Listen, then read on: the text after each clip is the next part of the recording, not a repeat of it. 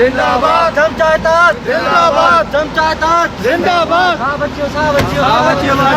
चमचायतात जिंदाबाद चमचायतात जिंदाबाद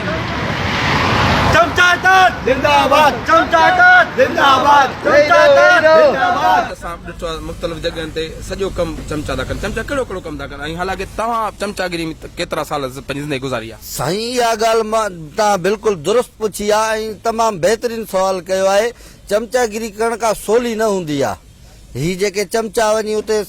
जेके उधर खायूं चमचे थियण लाइ बेनीम को या बेज़मीरो थियणो पए थो या न न इन जी कोई बि ॻाल्हि कान्हे बेनिमके जी ॻाल्हि ई कान्हे का बसि न कयो ॾाढो थिए अस्सलाम वालेकुम वालेकुम सलाम तव्हां